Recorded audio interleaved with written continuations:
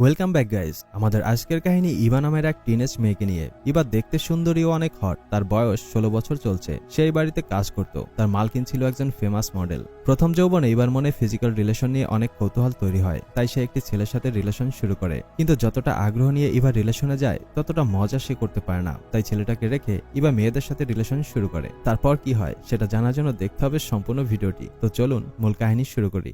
ইভা এই বাড়িতে রুহি নামের একটি মেয়ের সাথে থাকে, আর রুহি ছিল একজন সাকসেসফুল মডেল। ইভা এই বাড়িতে কাজ করত, তবে তার কোনো বন্ধু ছিল না। ইভা সারাদিন বাড়ির কাজ করত, আর রাতে রুহি আসার পর নিজের রুমে গিয়ে ঘুমিয়ে পড়ে। প্রতিদিনের মতো রুহি শুটিং করতে বাইরে আসে। এখানে তার সাথে ভিকি ও শেলি ছিল। রুহি দেখতে যতটা সুন্দরী ছিল ততটাই ছিল তার চোখে প্রেমের আগুন। যুবক ছেলেদের দেখলেই সে খুব তাড়াতাড়ি আকর্ষিত হয়ে পড়ে। আজকেও ভিকির বডি দেখে তাকিয়ে থাকে। সে যেভাবে ভিকির দিকে পোজ দিচ্ছিল সেটা ডিরেক্টরের অনেক পছন্দ হয়, তাই ডিরেক্টর ওদেরকে আরো বেশি রোমান্স করতে বলে, যাতে তার ভিডিও অনেক লোক পছন্দ করে। কিছুক্ষণ পর রুহি ভিকিকে ইশারা করে ওয়াশরুমে চলে যায়। রুহির চালচলনে ভিকিও বুঝতে পারে যে রুহি কি চাচ্ছে, তাই সে তাড়াতাড়ি রুহির কাছে চলে যায়। তারা কিছু করতেই যাচ্ছিল, তখন ডিরেক্টরের পিএ ওদের খুঁজতে এখানে চলে আসে। রুহির সামনে চলে আসে। তখন পিএ বলে, আমি ভিকিকে খুঁজছিলাম, তুমি কি তাকে দেখেছো? রুহি জানায় সে কাউকে দেখেনি। এইসব বলে রুহি লোকটার সাথে চলে যায়। রুহি চলে যাওয়াতে ভিকি অনেক কষ্ট পায়, কারণ সে যে আশা করে এসেছিল সেটা তো ভঙ্গ হয়ে গেল। কিছুক্ষণ পর তারা সবাই শুটিং এর কাজ শুরু করে দেয়। সবার রুহির কাজ অনেক পছন্দ হয়। এখানে রুহি নিজের কাজে ব্যস্ত, আর ওদিকে ইভা বাড়ির সব কাজ করছিল। সে যখন রুহির রুমে আসে তখন রুহির রুমে কিছু স্পেশাল খেলনা দেখতে পায়। ইভা বুঝতে পারছিল না যে এইসব কি কাজে ইউজ করা হয়, তাই সে কিছু সময় ধরে দেখে, তারপর আবার নিজের কাজে লেগে পড়ে। রাতে সব কাজ শেষ করে ইভা নিজের মোবাইল দেখছিল। এরই মধ্যে রুহিও চলে আসে এবং সে নিজের সাথে ভিকিকেও নিয়ে আসে। ইভা রুহিকে খাবারের কথা জিজ্ঞেস করে, তখন রুহি জানায়, আমরা খেয়েই এসেছি, এখন তুমি খেয়ে ঘুমিয়ে পড়ো। এটা বলে রুহি ভিকিকে নিয়ে তার রুমে চলে যায়। ইভা বুঝতে পারে যে এখন তারা দুজন কি করবে। তারপর রুহি আর ভিকি রুমে এসেই নিজেদের মধ্যে রোমান্টিক হয়ে ওঠে, আর ওদের আওয়াজ বাহির পর্যন্ত চলে আসে। ইভা বাইরে থেকে দরজায় কান লাগিয়ে শোনার চেষ্টা করে, আর এইসব শুনে সে নিজেও রোমান্টিক হয়ে ওঠে। ভেতরে রুহি আর ভিকি এনজয় করছিল, আর বাইরে থেকে ইভা শুনেই শান্তি পায়। পরদিন সকালে ইভা নাস্তা রেডি করছিল, আর তখন ভিকিও নিচে চলে আসে। ইভা তাকে নাস্তা করতে বলে, তখন ভিকি ধন্যবাদ জানায় আর দরজা খুলে দিতে বলে। যখন ইভা দরজা খুলছিল তখন ভিকি তাকে বলে যে তুমি দেখতে অসম্ভব সুন্দর, তোমাকে দেখে কেউ বলবেই না যে তুমি একজন কাজের মেয়ে। নিজের প্রশংসা শুনে ইভা লজ্জা পায়। তারপর ভিকি জিজ্ঞেস করাতে ইভা বলে তার বাবার মৃত্যুর পর ঘর চালাতে তাকে পড়ালেখা ছেড়ে কাজ করতে হচ্ছে। ভিকির কথায় ক্লিয়ার বোঝা যায় যে তার ইভাকে ভালো লাগতে শুরু করেছে, কিন্তু সে কিছু না বলেই ওখান থেকে চলে যায়। ভিকি যাওয়ার পর ইভার নজর সামনের ঘরের দিকে যায়। ওই বাড়ির কাজের ছেলে তার মালিকের গাড়ি ক্লিন করছিল।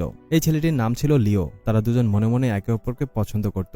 তাদের দেখা হতেই দুজন রোমান্টিক হয়ে ওঠে। দুজনের চোখে চোখে কথা বলা শুরু হয়ে যায়। তখন লিওর মালিক তাকে আশিকি করতে দেখে ফেলে, আর সে লিওকে অনেক কথা শোনায়। লিওকে বকতে দেখে এবার খারাপ তো লাগে, কিন্তু সে কি আর করবে। তখন রুহি ইভাকে ডাকলে ইভা রুহির রুমে চলে আসে। ওই সময় রুহি বিনা কাপড়ে ছিল, তাই ইভা অন্যদিকে তাকিয়ে কথা বলছিল।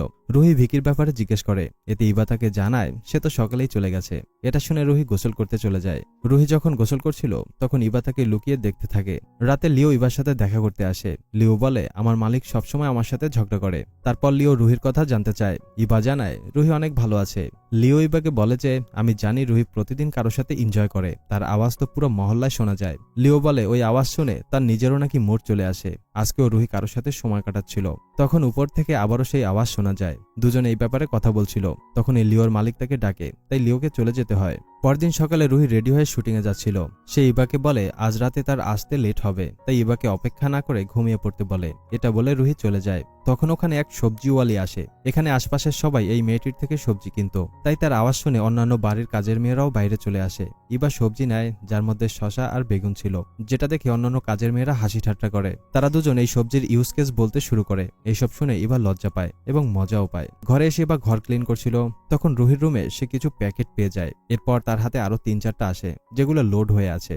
ইভা তাড়াতাড়ি ঘরের সব ময়লা ক্লিন করে ফেলে, তারপর ঘুমিয়ে যায়। অনেক রাতে যখন সে গভীর ঘুমে ছিল তখন লিও তাকে ডাকতে থাকে। এরপর যখন ইভা দেখা করতে বাইরে আসে তখন লিও তাকে রুহির সেই আওয়াজ শুনতে বলে। রুহির এই কাণ্ড শুনে লিওর মুড চলে আসে, আর নিজেকে কন্ট্রোল করতে পারে না, তাই সে ইভার মুড আনার চেষ্টা করে। কিন্তু সাথে সাথে ইভা তাকে থামিয়ে দেয় আর তাকে চলে যেতে বলে।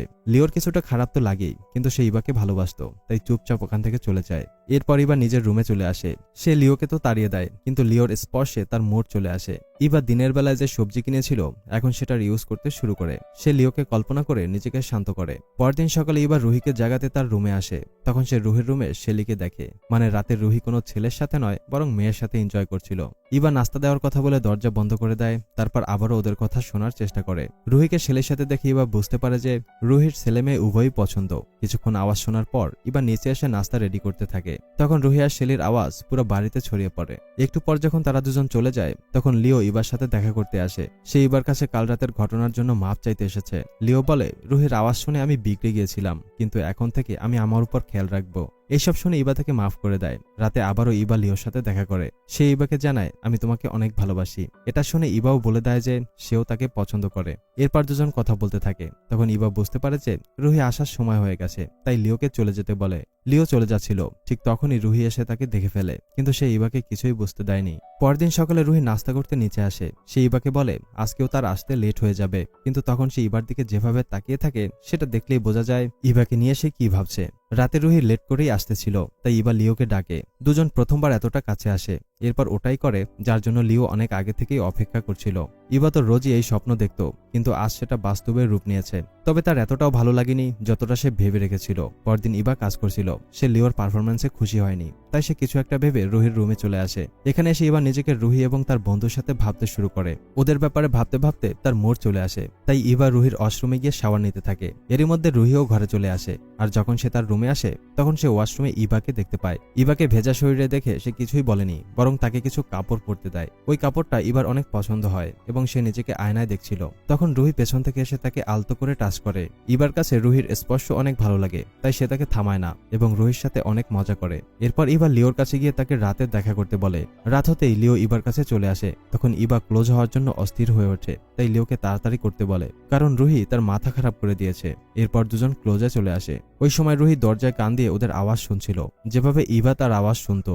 পরের দিন রুহি ইবাকে ডেকে বলে, আমি তোমার প্রেমের ব্যাপারে সবকিছু জানি, আর আমি এটাও জানি শালা তোমার প্রেমিক তোমাকে খুশি করতে পারেনি। রুহি চাচ্ছে যে আজ রাতে সে ইবাও তার প্রেমিক মানে লিওর সাথে এনজয় করবে। প্রথমে তো ইবা নিষেধ করে দেয়, কিন্তু তারপর রুহি জোর করলে সে রাজি হয়ে যায়। রাত হতে ইবা লিওকে ডেকে আনে। প্রথমে তো ইবা নিজেই তার সাথে অ্যাকশন শুরু করে। তারপর রুহি ওদের কাছে চলে আসে। রুহিকে দেখে লিও বুঝতে পারে যে এখানে কি হচ্ছে। লিও বুঝতে পারে এই সবই সাজানো প্ল্যান। সে রুহি ও ইবার উপর অনেক রেগে যায়, কিন্তু তারপর সে নিজেকে কন্ট্রোল করে আর ইবাকে বলে, আমি তোমাকে অনেক ভালোবাসি, তাই আমি এইসব করতে পারবো না। তখন ইবাও তার কাছে মাপ চায়, তবে লিও রেগে ওখান থেকে চলে যায়। কয়েকদিন পর ইবা রুহির সাথে বাইরে ঘুরতে আসে। তখন ওখানে লিও চলে আসে। আসলে রুহি নিজের ভুল বুঝতে পারে আর সে লিওর কাছে মাপ চেয়ে নেয়। কাহিনীর শেষে ইবা তার পছন্দের মানুষটি পেয়ে যায়, আর এরই সাথেই এই মুভির গল্পটি শেষ হয়ে যায়। বন্ধুরা, এই গল্পটি তোমাদের কেমন লেগেছে কমেন্টে জানাতে পারো। এরকম দারুণ সব মুভির এক্সপ্লেনেশন দেখতে ভিডিওতে লাইক দিয়ে চ্যানেলটি সাবস্ক্রাইব করো। কথা হবে নতুন কোনো গল্প নিয়ে। ততক্ষণ পর্যন্ত আমাদের আগের ভিডিওগুলি উপভোগ করো। Good bye.